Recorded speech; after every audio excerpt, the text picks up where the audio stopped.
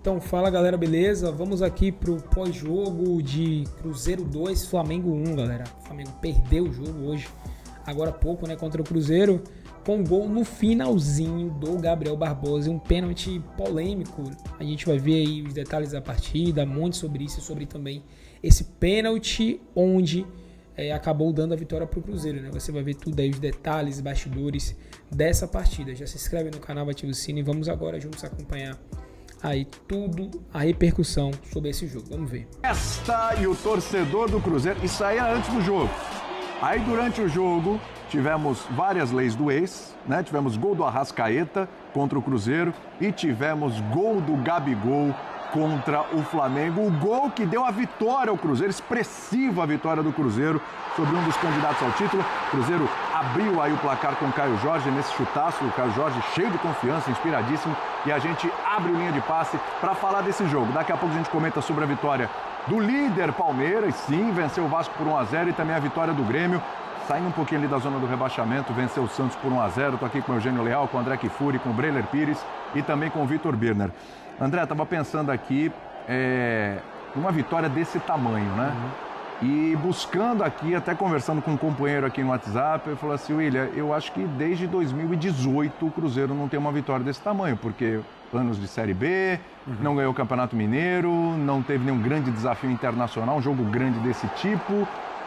Talvez no caminho para a final da Copa Sul-Americana, o Cruzeirense tenha vivido um momento de inspiração e alegria semelhante ao de hoje, não sei, mas... Contra o Boca, principalmente, eliminando o Boca. Talvez ali, mas... Era uma competição internacional e o Cruzeiro chegou à final, poderia ter ganhado o troféu. Sim, mas um time com essa qualidade do Flamengo, vencer da forma como venceu, porque não foi por acaso. Não. Fez um excelente segundo tempo o Cruzeiro. Sim. André, boa noite para você. Boa noite, William. Boa noite, amigos. Uma ótima noite ao pessoal em casa.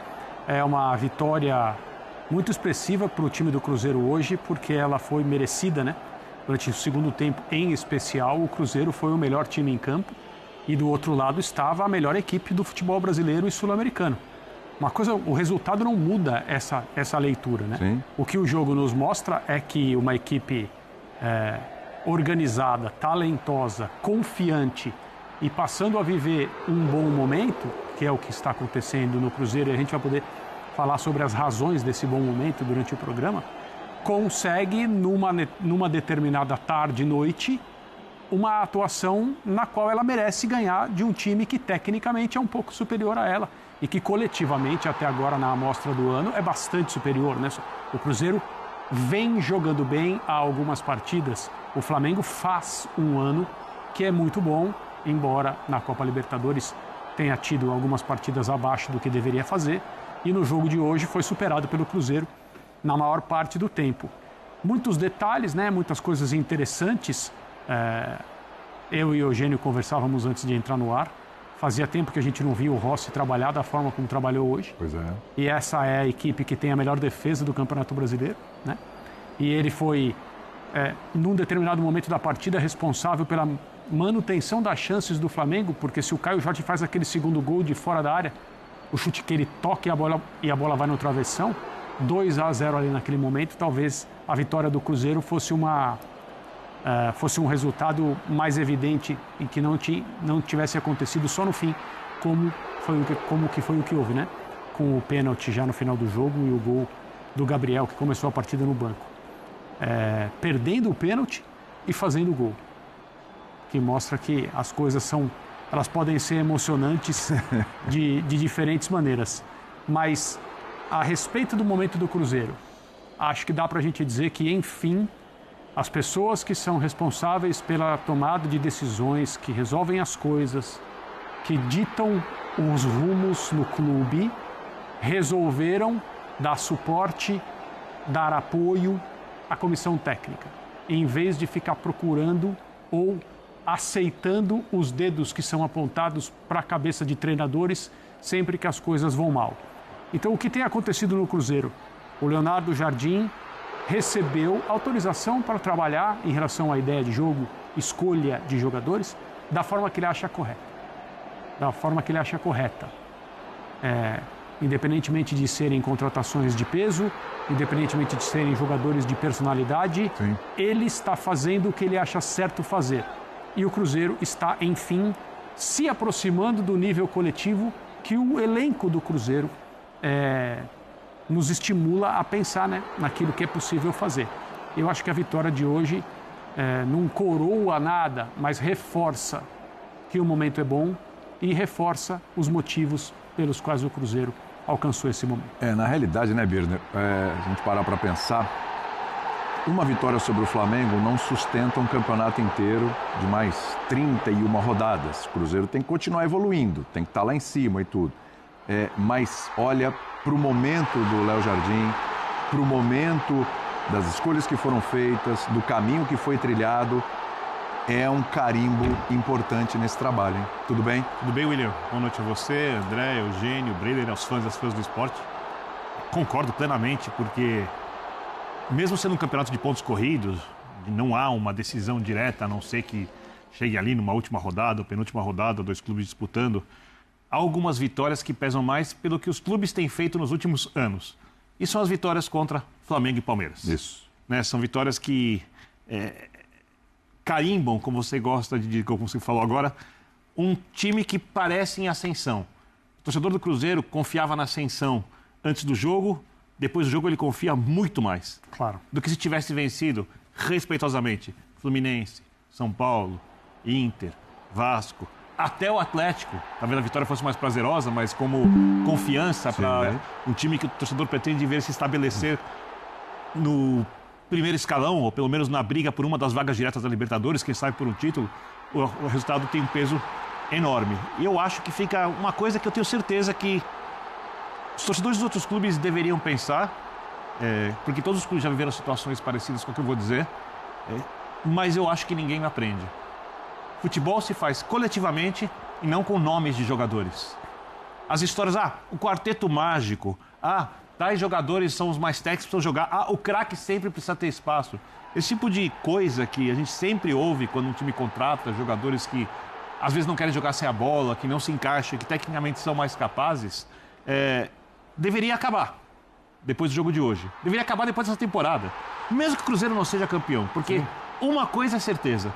Se o Cruzeiro estivesse preocupado em escalar Dudu, Gabigol, todos os seus principais jogadores, suas estrelas contratadas, nesse momento, o Cruzeiro não teria os pontos que tem na tabela de classificação e jogaria um futebol bem pior do que joga quando a gente pensa em termos de resultado. É verdade. Cruzeiro que, Eugênio, colou no próprio Flamengo, né? Flamengo 14 pontos, o Cruzeiro vai a 13, fica a 3 pontos do líder Palmeiras. Olha a situação do Cruzeiro com 7 rodadas, hein? Tá a 3 pontos do líder, tá no G4, né? E isso diz muito sobre esse trabalho, a gente pode falar recente, ele teve tempo para trabalhar, mas não tinha saído do Dudu e tal, ainda tinha coisa do Dudu e Gabigol.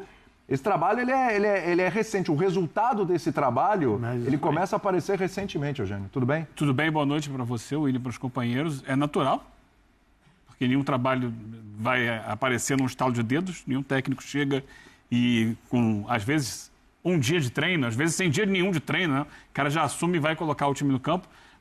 Você não pode achar que isso vai dar certo, né? O trabalho é construído.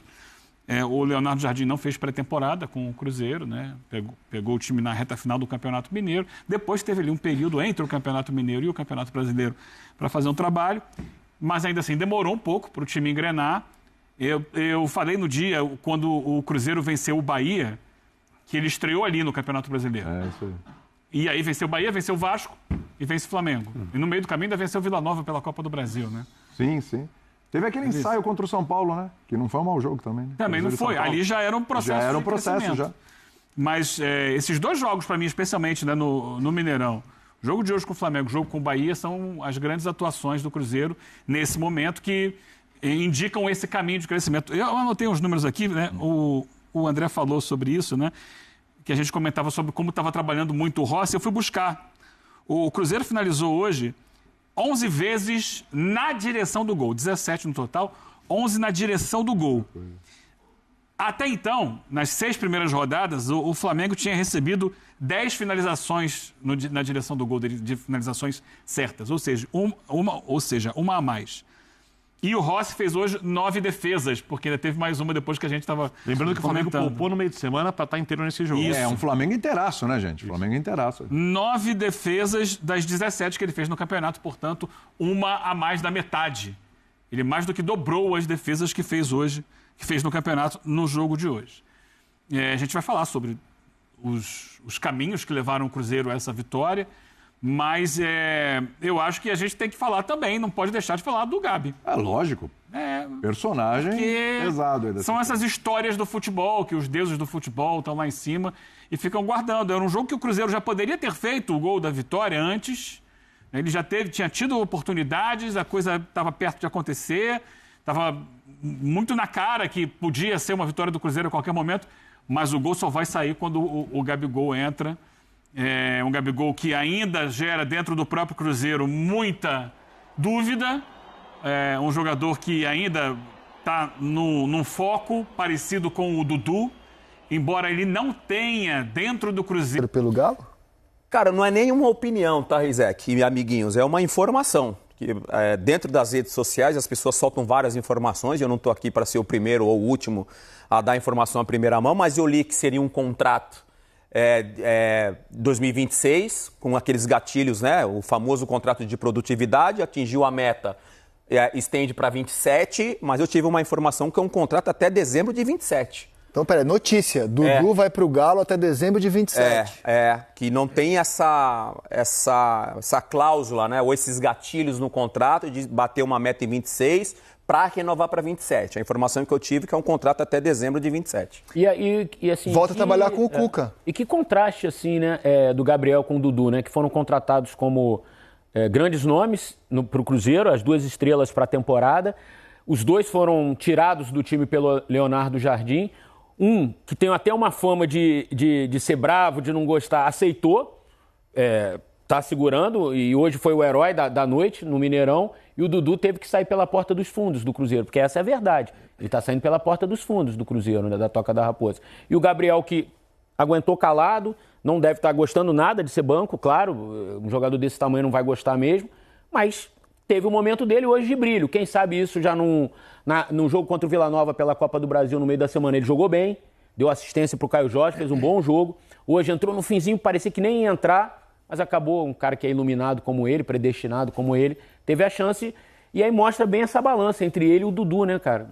E o Dudu não vinha jogando mal no Cruzeiro. Exato. Né? Mas é um problema... Vinha jogando mais que o Gabigol. Algum problema interno. Agora, o Gabigol... Foi a entrevista que ele deu. Exatamente. Ele externou... Filho, né? Isso, externou que não entendia porque não estava jogando, reclamou, comprou essa briga e... deu ruim pro Dudu. Mas o Gabigol, por exemplo, o Jardim já tinha dado uma entrevista e falou do comportamento dele, que estava gostando do comportamento dele, que gosta do Gabigol. Isso nota realmente que é um cara que está muito mais maduro do que se viu há um tempo atrás. E assim, é um cara que tem sido profissional e por isso hoje foi... Deus iluminou para ele que fizesse o gol da vitória do Cruzeiro. Então, assim, é diferente. Agora eu queria saber do Dudu se vai jogar no campo sintético ou só vai jogar fora de casa.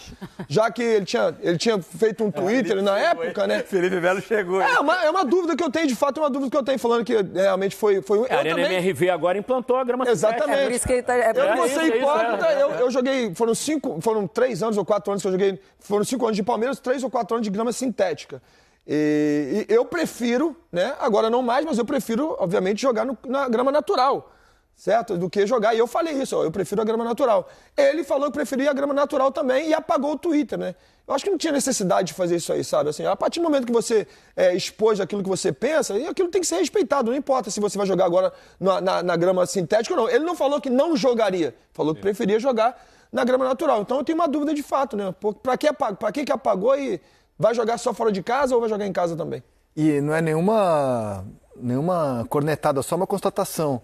Tá quase uma sucursal do Palmeiras, o Galo, né? Gabriel Menino, Dudu, Scarpa, Rony, Cuca. Patrick.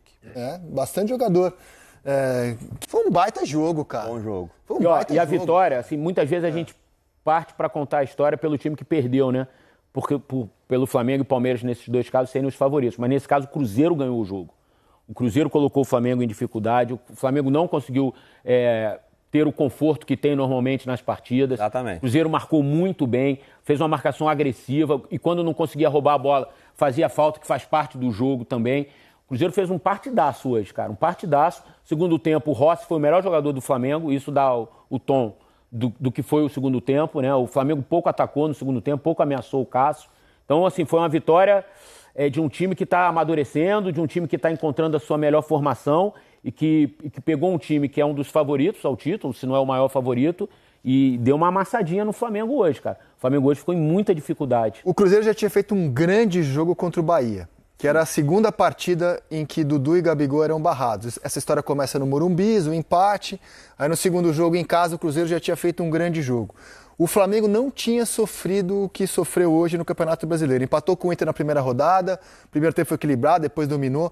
Não tinha tido um time nesse Campeonato Brasileiro que tenha feito o Flamengo sofrer como o Cruzeiro fez hoje. O Flamengo finalizou menos que o Cruzeiro. Eu acho que o Flamengo não finalizou menos que nenhum outro time no campeonato, em nenhum dos jogos anteriores. Isso já mostra a performance do Cruzeiro, o bom nível de jogo que fez o Cruzeiro hoje. É uma característica desse time do Cruzeiro é pressionar o adversário lá no campo defensivo. Dificulta muito essa saída de bola. Faz isso contra o Bahia, que tem uma boa saída de bola, inclusive. O Rogério Ceni tem bons mecanismos. Felipe Luiz tem bons mecanismos também. Tem bons zagueiros para sair jogando. É uma característica desse Flamengo. E esse Cruzeiro é um time que pressiona muito no campo do adversário. Então, não tem problema ficar exposto lá atrás. Vai estar sempre todo mundo. Você tem um Christian, que é um que está jogando pelo lado direito, mas ele é mais um volante / meio campista. Caio Jorge é jovem. É um cara que coloca muita intensidade. Tá jogando o próprio bem. Matheus, com certeza. O próprio Matheus Pereira, que é um cara que a gente fala muito da questão dele com bola, é um cara que ajuda muito nessa contribuição sem bola. Do lado esquerdo tem o Wanderson. Aí você tem o Lucas Romero, que é o cara que fica um pouquinho mais à frente da defesa. E o Lucas Silva, que é o cara que tem aquela mobilidade, mas é um cara passe, que chega, né? Entrega, exato. Então, acho que a grande notícia desse Cruzeiro é que tá pegando cada vez mais o jeito de jogar desse treinador, que é pressionar alto. Tem o Fagner lá atrás, que para muitos também, né, já tá... Que cada machadada é uma minhoca. Que chega firme tem, né? Não, o Kaique do lado o Léo esquerdo. Jardim tomou decisões incômodas. Exato. Cara. Você barrar o Dudu, o Gabigol, barrou O William, o lateral esquerdo, o Marlon, foi pro Grêmio, porque foi Exato. perdendo espaço. Implantou um esquema com 3 volantes, pôs o Christian, que tinha sido contratado Exato. no início da temporada. Ele tomou decisões que incomodariam ou que podem incomodar, né? Agora tá grandão, né? Porque o time tá grandão, melhorou muito. Mostrou que conhece o elenco. Exato. Né? Mostrou que conhece o elenco. O elenco tá com ele. Agora, tem 3 pontos aí que eu quero citar aqui. Primeiro de tudo, a torcida do Cruzeiro. Mineirão lotado faz uma diferença enorme. Cruzeiro, os caras davam um carrinho e a torcida vinha, né? a atmosfera maravilhosa, a torcida do Cruzeiro. Né? Há de se destacar isso aí. Agora, o Cruzeiro, ele durante uma boa parte do primeiro tempo, inclusive fez o gol dessa maneira, como a Aline falou, ele pressiona alto, rouba a bola e faz o gol. Tinha mais ou menos 13 faltas do Cruzeiro contra 3 do Flamengo.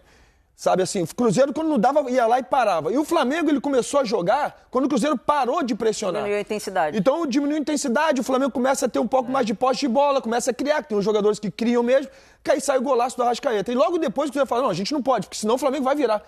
Eu estava assistindo o jogo e falei, cara, o Flamengo vai acabar virando o jogo, porque o Cruzeiro deixou de marcar, deixou de pressionar, deixou de tirar o Flamengo da zona de comodidade dele, sabe? Foi o que o Cruzeiro fez no segundo tempo inteiro. Então, assim, Mineirão lotado, Cruzeiro com intensidade, dificilmente o Cruzeiro vai ser batido. Sabe o que me chamou a atenção?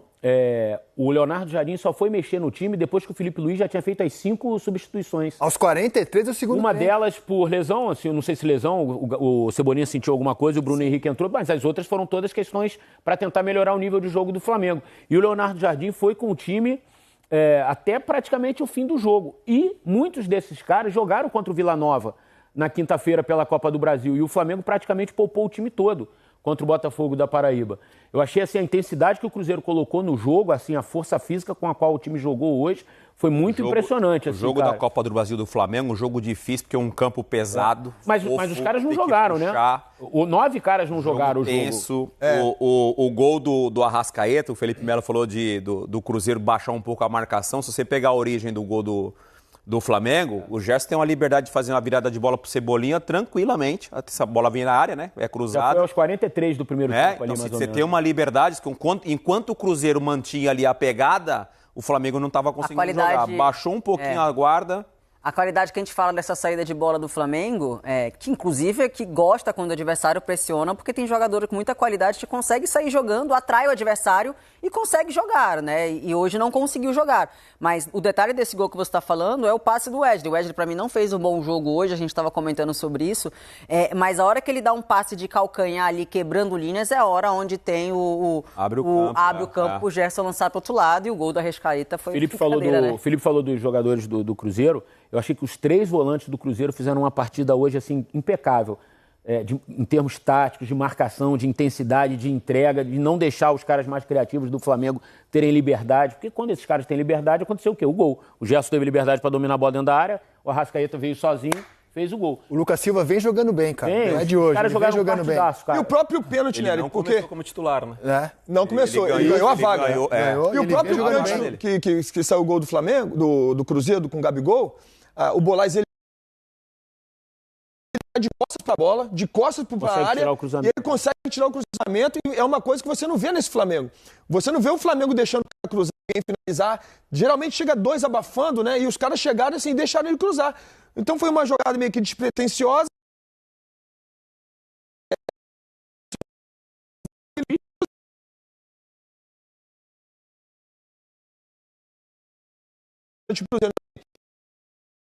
Não tem como, gente. Hoje em dia você estuda, sabe. Mas, Aline, poucos times têm peito de fazer o que o Cruzeiro fez hoje, né? De pressionar o Flamengo na saída de bola.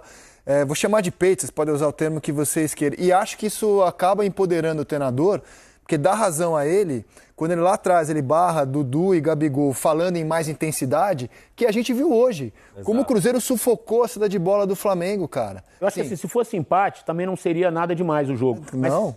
Mas se tivesse um vencedor, teria que ser o Cruzeiro como foi. E tem um detalhe, né? O Flamengo tem um goleiro, falando agora dessa questão tática, o Flamengo tem um goleiro que contribui muito nessa saída de bola. Eu acho que são poucos os goleiros que a gente tem hoje no Brasil que tem essa qualidade para ter calma, para sair jogando, para esperar o zagueiro abrir, para ter coragem de dar uma longa quando precisa, um volante se aproximar. Então acho que o Flamengo não foi surpreendido, foi estudado, obviamente, mas o mérito é totalmente do Cruzeiro, que foi superior. O Rossi foi o melhor jogador do Flamengo hoje. O Rossi foi o melhor jogador do Flamengo hoje. E num dia em que o adversário estava jogando muito bem, pressionando, o Flamengo não contou com uma noite feliz do seu zagueiro, né? O Léo Pereira não fez Ele foi muito infeliz no lance. Fez um pênalti, não foi bem no primeiro gol. Então, assim, é a tempestade perfeita. Num dia que seu adversário está jogando bem, o seu zagueiro ainda também não tem uma jornada mais feliz. Tecnicamente, o Léo Ortiz também, que é um cara que tem um alto aproveitamento de passes também, no segundo tempo errou muito passe. Ele conecta muito bem o Wesley no jogo. 2 ou 3 vezes ele tentou colocar o Wesley em condições de avançar e errou o passe. Deu muito longa ou deu curto, enfim. Hoje, realmente, o Flamengo não fez um bom jogo, mas também muito por mérito do Cruzeiro. Não foi só demérito do Flamengo. Exato. Acho que muito dos erros que o Flamengo teve foram erros forçados pelo que o Cruzeiro fez no jogo, sabe? O Flamengo foi muito bem mapeado pelo Cruzeiro hoje, me pareceu. Mais do que isso, até a leitura, quando você faz a leitura corporal dos atletas do Cruzeiro para fazer pressão, você vê na fisionomia dos caras, cara, eu vou roubar a bola. Isso aí faz com que o zagueiro, quando vai pegar na bola, irmão, eu não posso errar, porque se eu errar, esse cara vai roubar a bola. Foi o que aconteceu no primeiro gol. O Nico errou, assim, o Nico de la Cruz errou. Você viu que os caras estavam realmente assim, num ambiente de hostilidade, vamos roubar a bola e vamos fazer gol assim que puder. E o homem que armou essa pressão, que sai grandão hoje, apesar do gol do Gabigol, ele sai grandão, porque as ideias dele estão se comprovando corretas, né? Vencedoras. O homem vai falar ao vivo. E o grupo será sempre o mais importante. E enquanto eu for treinador, penso assim, mas não penso hoje, penso durante toda a minha vida.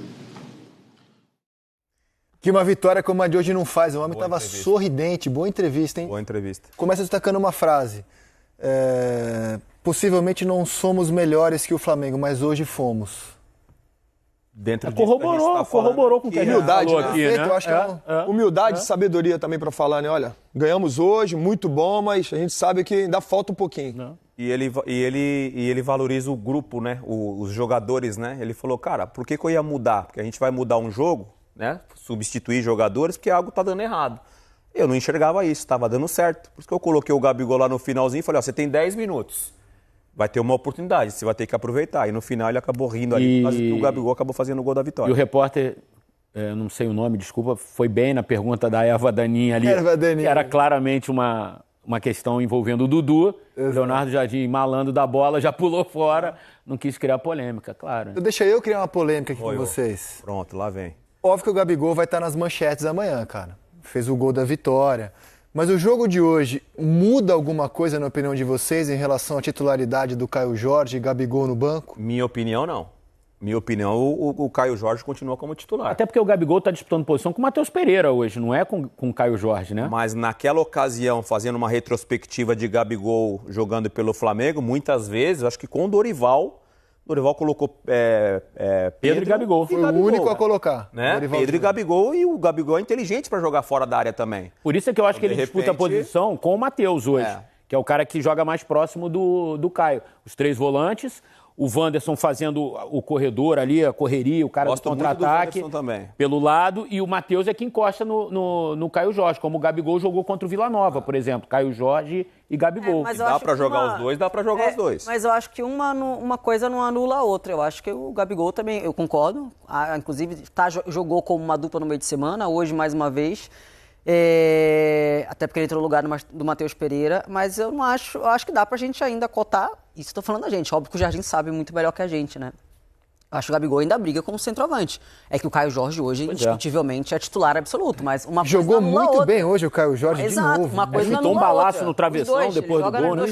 Ele fez um belo gol, chutou uma bela bola na trave, teve 2, 3 bolas que ele saiu do número 9, veio pegar a bola na ponta e virou o jogo assim de forma incrível, que saiu jogada, inclusive, que quase saiu o gol do Cruzeiro. Agora, eu acho que o Gabriel, de verdade, Gabigol, eu acho que a força dele é como 9, porque ele faz muito movimentação, muito facão. É um cara que tá aqui, quando o zagueiro dá mole, ele vem pra cá e pum, arrasta, faz facão. Então ele fazendo um falso 9, ele não teria tanto espaço pra fazer esse movimento, porque ele vai ter que pegar a bola mais no pé pra pifar, esse caso, o Caio Jorge, que seria o número 9.